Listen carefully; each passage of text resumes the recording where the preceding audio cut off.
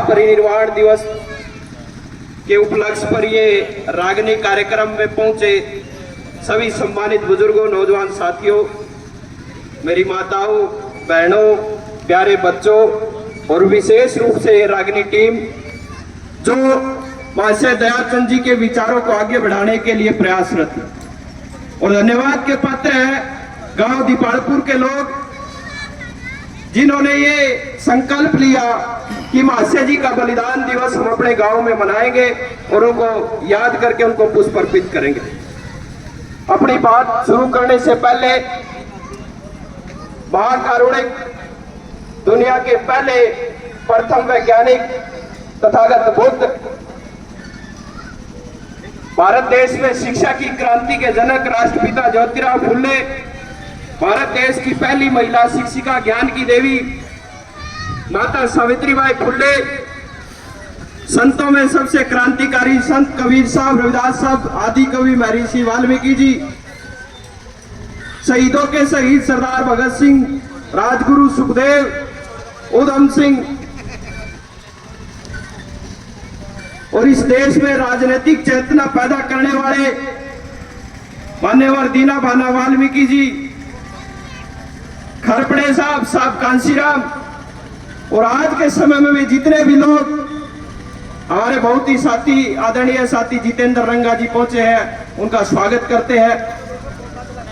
जितने भी लोग आज के समय में जो तथागत बुद्ध से लेकर विचारधारा चली थी और आज 21 जनवरी 2024 के समय में भी जो बाबा साहब अम्बेडकर, तथागत बुद्ध, रविदास साहब, कबीर साहब, दयाचंद मायना जी ऐसे विचारकों के विचारों को आगे बढ़ाने के लिए जो काम कर रहे हैं, उन सभी का को नमन करते हुए आप सभी को मेरा सभी को जय भीम, जय संविधान।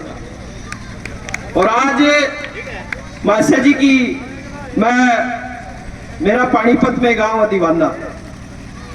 मैं एक अपना किस्सा बताता हूं महाशय दयाचंद जी से जुड़ा हुआ। एक इनकी सुप्रसिद्ध रागनी है महाशय जी की जो सुभाष चंद्र बोस जी के किस्से से है।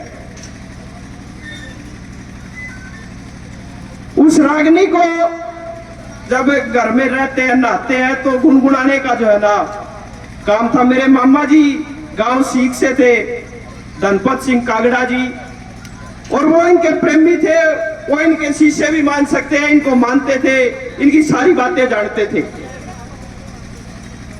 तो वो रागनी का जब मैं जिक्र कर रहा था और उस रागनी के अंत में जब बात आई, जब तक हमने जो आज तक प्रचार हुआ हमने भी वही प्रचार किया, तो वो खाना खा रहे थे, खाना खाते खाते वो थाली फेंक के मारी और उन्हें बताया बात तो तू बहुत सुथरी कह रहा था पर तने लास्ट में काम बिगाड़ दिया, तने अपने बुजुर्ग की, अपने पूर्वज की, अपने पुरखे की बात को काट दिया, उसकी जबान को मार दिया।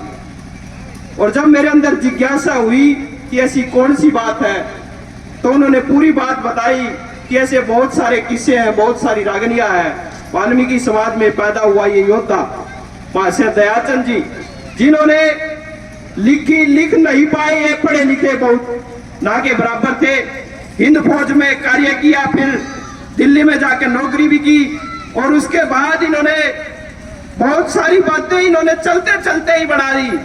गांव मायना में रहते रहते गांव मायना की बातें बढ़ा दी, और लोगों ने जब छाप कटाई, लोगों ने जब ये लिख नहीं पाए, इनके जो वंशज है वो मौखिक रूप से इनकी विरासत को संजो पाए, और उस विरासत को संजोने के बाद भी इनके सामने ही इनकी यूट्यूब पर रागनी है, करके गाल तड़पती छोटी जान क्यों ना काट ले गया, ये रागनी इन्होंने खुद गाई।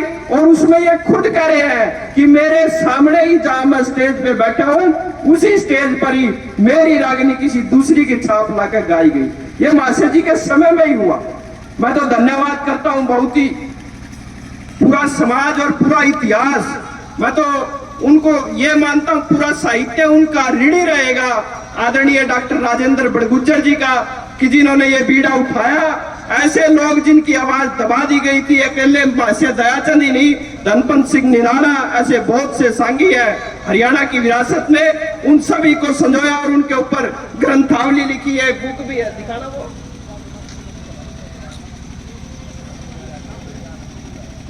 ये वो किताब है जो डॉक्टर राजेंद्र बड़गुजर जी ने लिखी और उनके लिखने के बदौलत अभी ये हरियाणा साहित्य अकादमी भी इनका प्रकाशन कर रही है और हरियाणा सरकार महाशय जी के नाम से हर वर्ष 2 लाख रुपए का पुरस्कार भी घोषित कर रही है। ये महाशय जो डॉक्टर राजेंद्र बड़गुजर जी के अथक प्रयास थे, निर्भीकता के साथ धमकियां भी मिली, वो बताते कई दफा मेरा उनसे मिलना हुआ। अभी वो शिमला में सर देखिए जी, महाशय दयाचंद माइना जी ने अपनी कलम से अपना दर्द बयां कर रखा है। दयाचंद माइना की तो मैं उस शख्स का, उस लेखक का, उस महान शख्सियत का बहुत बहुत शुक्रगुजार हूं जिन्होंने दोबारा से महाशय जी को जिंदा किया और आज किसी की हिम्मत नहीं है कि उनकी रागनियों की, उनकी कविताओं की कोई छाप काट दे। और आप लोग बधाई के पात्र हैं और ये टीम बधाई के पात्र है जो महाशय जी की बातों को, और मैं इनसे रिक्वेस्ट भी कर रहा था। महाशय जी बहुत दूरदर्शी आदमी थे। डॉक्टर बाबा साहब अम्बेडकर के ऊपर भी उन्होंने राखनी लिखी कि जब बाबा साहब अम्बेडकर को दूसरों की चप्पल जूतों में बैठाया गया, खुद पानी पीने की इजाजत डॉक्टर अम्बेडकर को स्कूल में नहीं थी, तो उसके ऊपर भी डॉक्टर अम्बेडकर साहब ने महाशय दयाचंद जी ने डॉक्टर अम्बेडकर साहब के ऊपर रागनी लिखी। मैं भाई साहब से निवेदन भी करके गया हूँ, ये कह रहे थे हम और रागनी भी सुनाएंगी, और फिर भी कहा कि अंग्रेज जो हमने दबा दिए, अभी भाई कह रहे थे माड़ी कार बुरी करनी आख्या के सामने आ जाएगी और गरीब सताए जाएंगे तो फिर गुलामी आ जाएगी।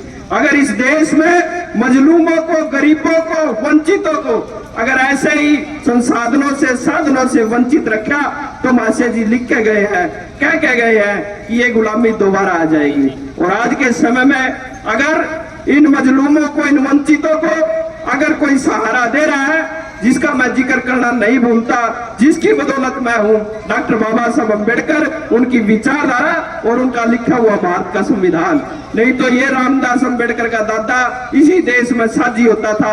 आज रामदास अम्बेडकर इतना डिग्री ले गया और वकील बन गया, ये किसी और की बदौलत नहीं है, किसी और जो जिनके आज के समय में पूरे चर्चे चल रहे हैं उनकी बदौलत नहीं है। यह सिर्फ और सिर्फ डॉक्टर बाबा साहब अम्बेडकर और उसके भारत के संविधान की बदौलत हम आज यहाँ पहुंचे हैं। ये कार्यक्रम करने की आजादी, ये कार्यक्रम करने की आजादी, ये सारी चीजें हमें बाबा साहब अम्बेडकर के दिए हुए अधिकारों से मिली है। आप सभी ने ध्यान से सुना, बहुत बहुत धन्यवाद। और महाशय जी को पुनः मैं अपने दिल की गहराइयों से, बुद्धि की गहराइयों से नमन करता हूँ और एक बार जोरदार जयकारा लगाएंगे। राष्ट्रीय कवि महाशय दयाचंद जी अमर रहे, अमर रहे, अमर रहे। राष्ट्रीय कवि महाशय दयाचंद जी अमर रहे, अमर रहे, अमर रहे। ऐसे पुरखे कभी नहीं मरते जो अपनी वाणी से, अपनी बातों से, अपनी लेखनी से बातें लिख के गए हैं। बाबा साहब अम्बेडकर के बदौलत हम यहाँ हैं। एक बार उनका भी नारा, बाबा साहब अम्बेडकर अमर रहे, अमर रहे, अमर रहे। भारतीय संविधान जिंदाबाद, जिंदाबाद, जिंदाबाद। धन्यवाद सभी को। जय भीम, जय संविधान। तो आइए